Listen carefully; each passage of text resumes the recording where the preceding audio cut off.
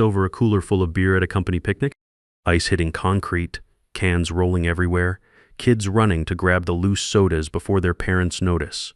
That's what I heard right before my life blew up. My name's Marcus Reynolds. I'm 55 years old, and I was about to get fired in front of half the town. I was standing by the barbecue pit, adjusting my bootlaces for the third time that afternoon, when Trevor Walsh stepped up on the makeshift stage they'd set up near the volleyball nets. Our CEO was wearing khakis and a polo shirt that probably cost more than most folks here made in a week.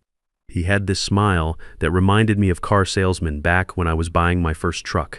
The smell of mesquite smoke drifted across Riverside Park while families spread out on picnic blankets and kids ran around with their faces painted like superheroes. This was supposed to be Lone Star Infrastructure's annual appreciation day, complete with three-legged races and a dunking booth.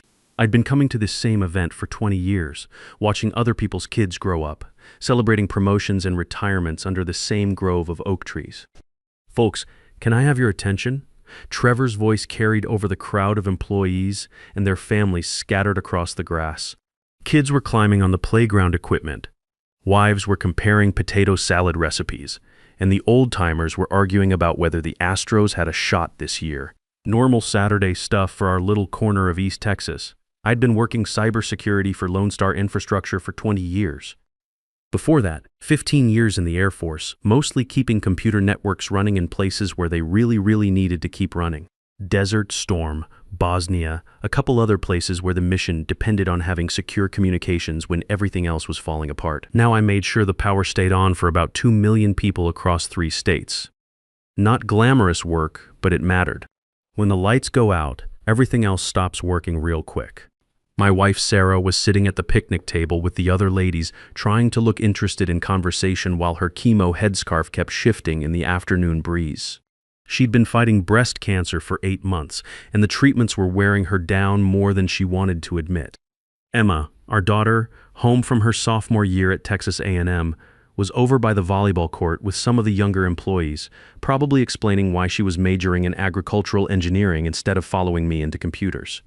I want to talk about the future of our company. Trevor continued, and something in his tone made me stop fiddling with my boots and pay attention. The conversation around the picnic table started dying down.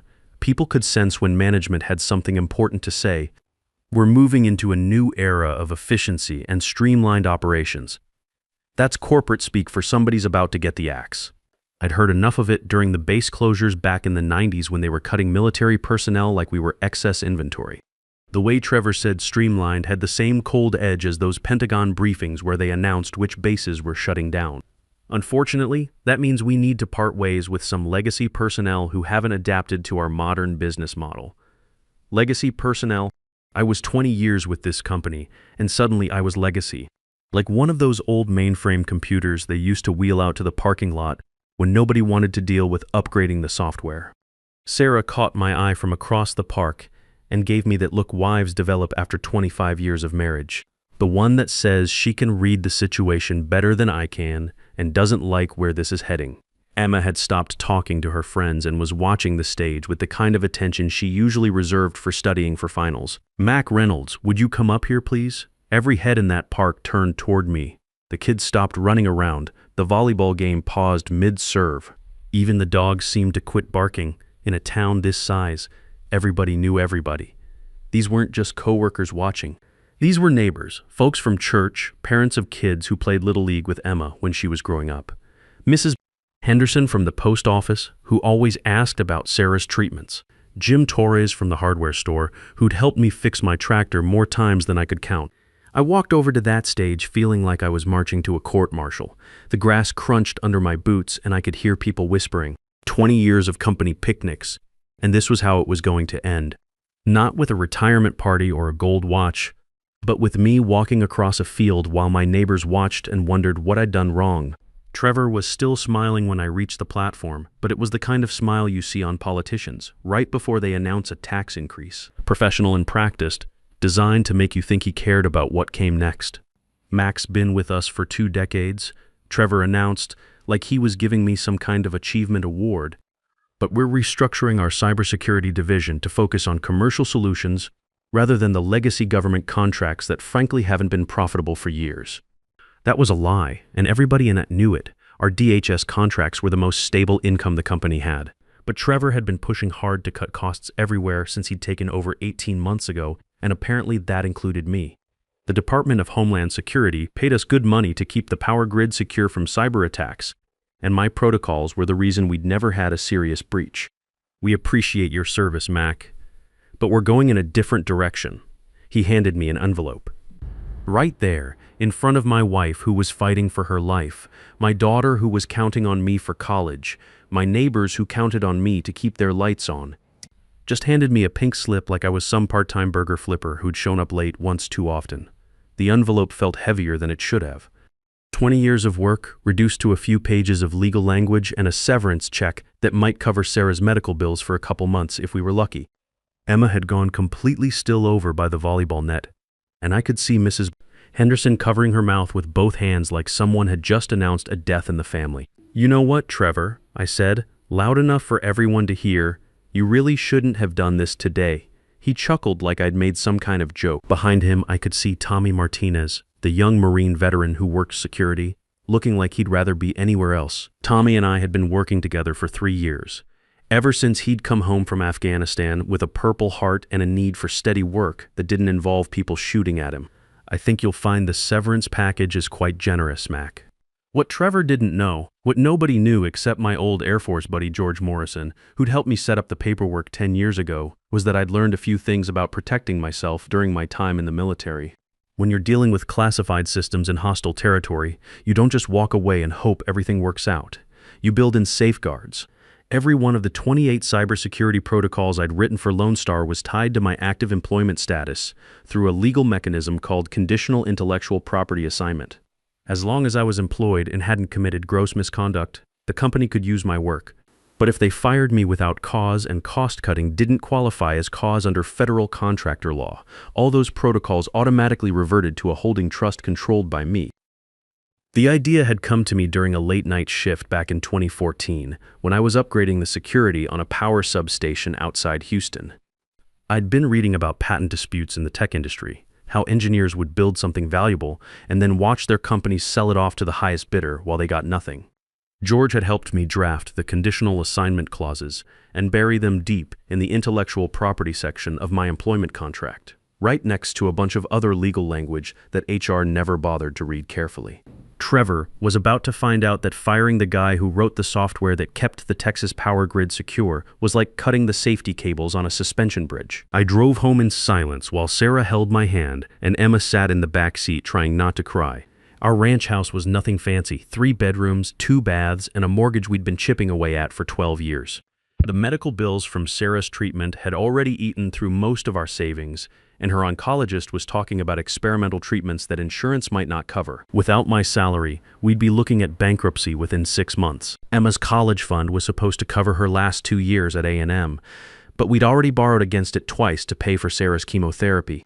The kid was majoring in agricultural engineering because she wanted to help small farmers use technology to grow better crops. She'd been talking about graduate school, maybe getting into sustainable agriculture research. All of that was looking pretty uncertain now. That evening, I called George Morrison. He lived up in Dallas now, practicing law after retiring from the Judge Advocate General's Corps. We'd served together at Ramstein Air Base, back when the Cold War was winding down and computers were just starting to run everything. George had been the one who taught me that the most important battles weren't fought with weapons, they were fought with paperwork and legal precedent. They really did it at the company picnic. George asked after I told him what happened, right in front of God and everybody, made a whole speech about legacy personnel and modern business models. George was quiet for a long moment, and I could hear him typing on his computer. He'd always been methodical. The kind of lawyer who read every line of a contract 3 times before he signed his own name. That's remarkably stupid, even for a corporate type. Does this Trevor fellow know about the conditional assignment? Nobody knows except you and me. I buried it in Section 12 of the IP agreement, right after all that boilerplate language about work for hire and company ownership. Mac, you understand what this means? The moment his HR department files the termination paperwork with DAS, the automatic reversion kicks in, Every protocol you wrote becomes yours again. I was sitting on my back porch watching the sun go down over the pasture where we kept our 2 horses. Sarah was inside making phone calls to the insurance company, trying to figure out how we were going to pay for her next round of chemotherapy. Emma was upstairs probably crying into her pillow, worrying about whether she'd have to drop out of college and find a job to help pay the bills. How long do they have to fix this? 72 hours from the time the termination notice hits the federal database. After that, Lone Star Infrastructure loses the rights to everything you created. Every power plant, every transmission line, every emergency backup system that depends on your code will lose its security certification. And then Trevor Walsh gets to explain to the Department of Homeland Security why half of Texas is vulnerable to cyber attack because he wanted to save money on your salary. Monday morning, I got up at 5 a.m. like always and made coffee. Sarah was still sleeping, so I sat at the kitchen table with my laptop and started monitoring the system status displays that I wasn't supposed to have access to anymore. Old habits from the military. You always keep an eye on your equipment, even when somebody else thinks they're in charge of it. The coffee was stronger than usual. I'd been making it that way since Sarah started her treatments, trying to stay alert for all the doctor appointments and insurance calls that came with fighting cancer. Emma had driven back to College Station the night before, promising to call every day and asking 3 times if we were going to be okay financially. I'd told her not to worry, but 20-year-olds aren't stupid. She could do the math as well as I could. At 8:47 a.m., the first alerts started popping up on my screen. Security validation failures across the grid management systems. The automatic protocols I'd built were doing exactly what I'd designed them to do, shutting down access when they detected unauthorized changes to the system architecture. Only now, any attempt to modify the security settings was being treated as unauthorized because the licensing keys were no longer valid. I watched the cascade of error messages roll across my monitor like watching dominoes fall. Power plants in Houston, Austin, Dallas, all showing red warning lights as their cybersecurity systems went into lockdown mode. The grid itself was still stable. Electricity still flowing to homes and hospitals, but the control systems were essentially blind. If somebody wanted to launch a cyber attack right now, we'd have about as much protection as a screen door in a hurricane. At 9:15, the emergency protocols began shutting down non-critical processes to protect the core infrastructure. I'd built those fail-safes during the winter storm of 2021 after we'd seen what happened when the grid got overloaded and started failing in cascade. The system was designed to sacrifice convenience to preserve essential services. Air conditioning might cut out, but hospitals and nursing homes would keep their power. By 10 a.m., Lone Star's main office was probably in full panic mode. I could picture Trevor pacing around the IT department, demanding to know why every screen in the building was flashing red and why none of the technicians could access the security controls. The younger guys would be pulling up diagnostic manuals and running standard troubleshooting procedures, not understanding that this wasn't a technical problem they could solve with a software patch. My phone started ringing at 10:30. "Mac, this is Trevor.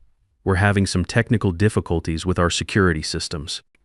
His voice had lost all that slick MBA polish from Saturday. Now he sounded like a submarine captain whose reactor had just scrammed and was trying to figure out why all the lights were going out. "I heard about that. Look, there seems to have been some kind of misunderstanding about your employment status. Maybe we can work something out." I watched another alert flash red on my screen. A transmission substation outside Beaumont was showing authentication errors.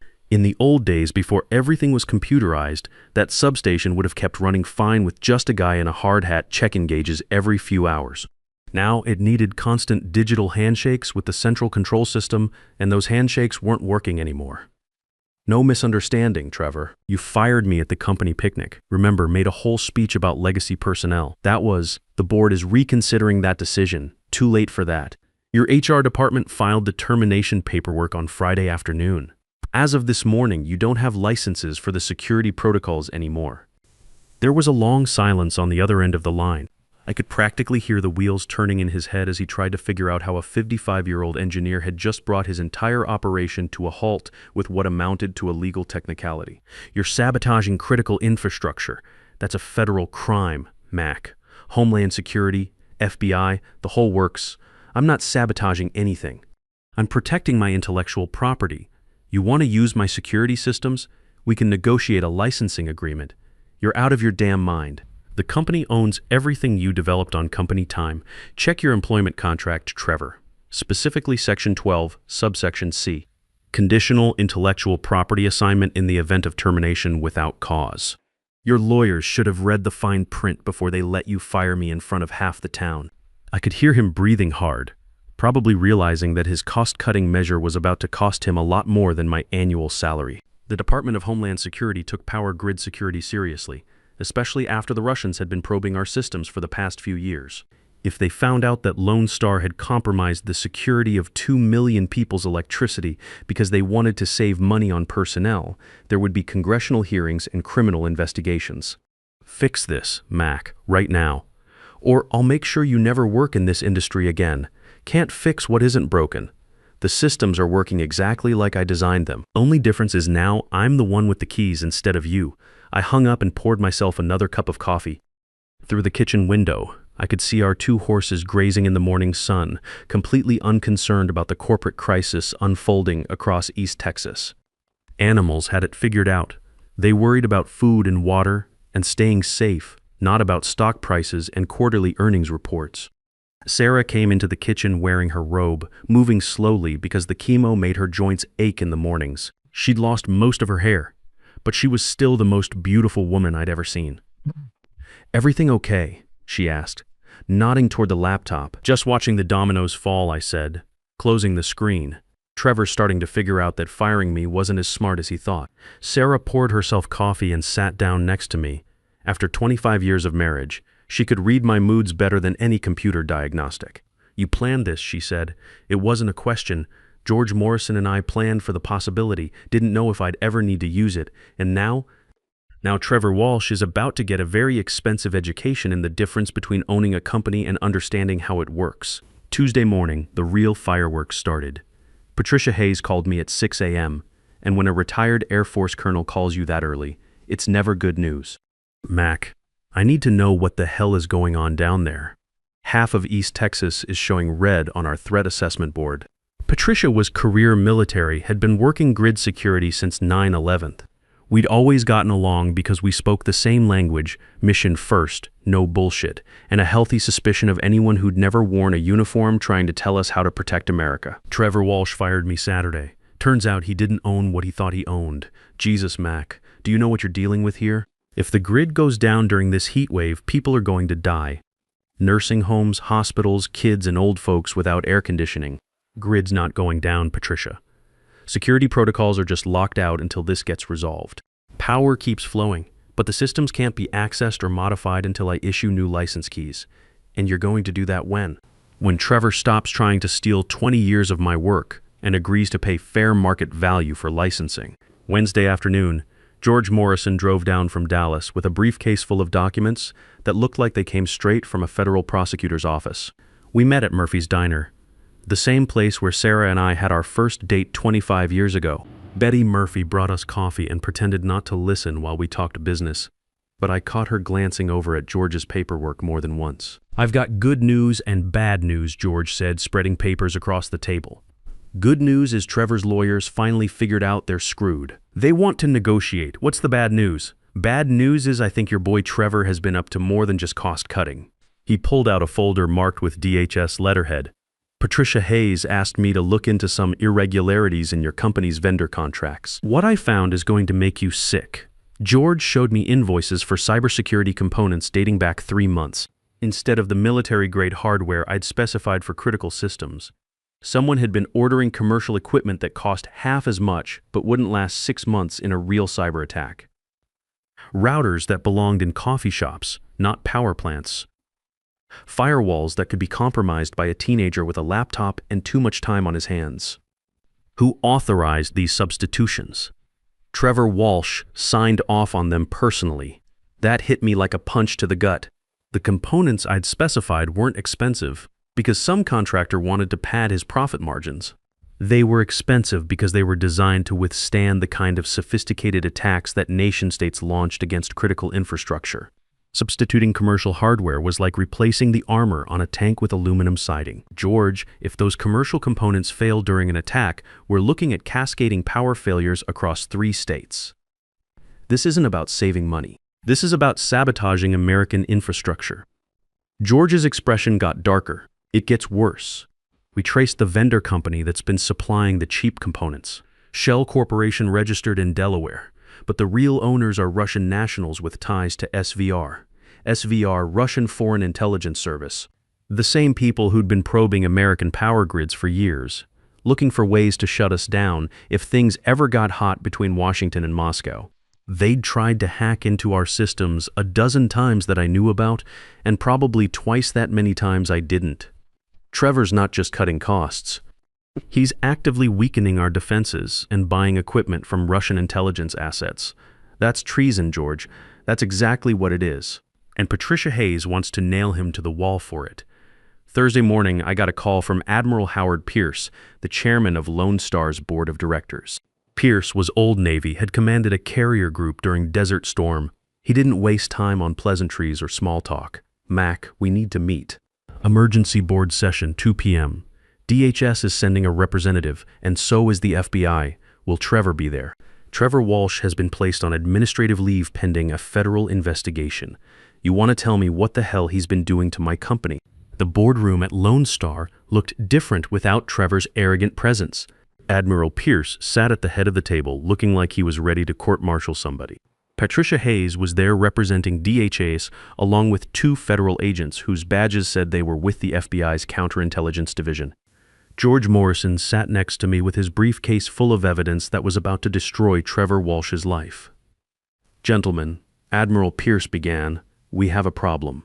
Our cybersecurity protocols are locked down, half of Texas is vulnerable to attack, and apparently our recently fired CEO has been buying sabotaged equipment from Russian intelligence. I slid the licensing agreement across the table. Admiral, I'm prepared to restore full system access under the following terms. Exclusive 7-year license for all Reynolds cybersecurity protocols. $2.8 million licensing fee, plus 4% royalty on all DHS contracts. Mandatory federal oversight of all equipment purchases and vendor relationships. Patricia Hayes looked over the numbers. That's actually cheaper than building new systems from scratch. And a hell of a lot faster than waiting for Congress to fund a complete infrastructure overhaul. What about Trevor? One of the board members asked. George Morrison opened his briefcase. Mr. Walsh will be facing federal charges for espionage, sabotage of critical infrastructure, and conspiracy to defraud the United States government. The vendor relationships he established with Russian shell companies constitute material support to foreign intelligence operations. Admiral Pierce signed the agreement without hesitation. Mac, can you have our systems back online by tonight? I typed the reactivation codes into my laptop. Green lights started flashing across the status board. Grid security is now fully restored, Admiral. All Russian-supplied components flagged for immediate replacement. 6 months later, I was sitting on the back porch of our expanded ranch house, watching Emma practice barrel racing on her new horse. Sarah's cancer treatment had been successful, and her hair was growing back thick and silver. The $2.8 million licensing fee had paid off the mortgage, covered all the medical bills, and set up Emma's college fund with enough left over to start the East Texas Veterans Cybersecurity Training Center. George Morrison pulled up in his pickup with a cooler full of beer and the biggest grin I'd seen since our unit got orders home from Germany. You hear what happened to Trevor? He asked, settling into the chair next to mine. Last I heard, federal prison, 25 to life for espionage. FBI found offshore accounts, communication protocols, the whole 9 yards. Russians were paying him $50,000 a month to weaken grid security. He thought he was just making some easy money on the side. I watched Sarah come out of the house carrying a pitcher of iced tea, smiling like she used to before the cancer. Emma waved from across the pasture where she was working with her horse. Next week, Tommy Martinez and 6 other young veterans would arrive to start the first cybersecurity training class. You know what the best part is? George asked. What's that? Trevor thought he was firing some old engineer to save money on payroll. He never figured out he was trying to steal the keys to the kingdom from the guy who built the locks. Here's what I learned from all this. The smartest revenge isn't destroying your enemies. It's showing them they never understood what they were really fighting. See, there's a difference between running a company and understanding how it works. There's a difference between cutting costs and cutting corners. And there's a damn big difference between an employee and the guy who keeps the lights on. When someone tries to throw you away like you don't matter, sometimes the best response is proving just how much you actually do matter. not with anger or bitterness, but with competence and preparation, because in the end, the people who built the system will always understand it better than the people who just inherited it. And around here, that understanding is worth its weight in gold.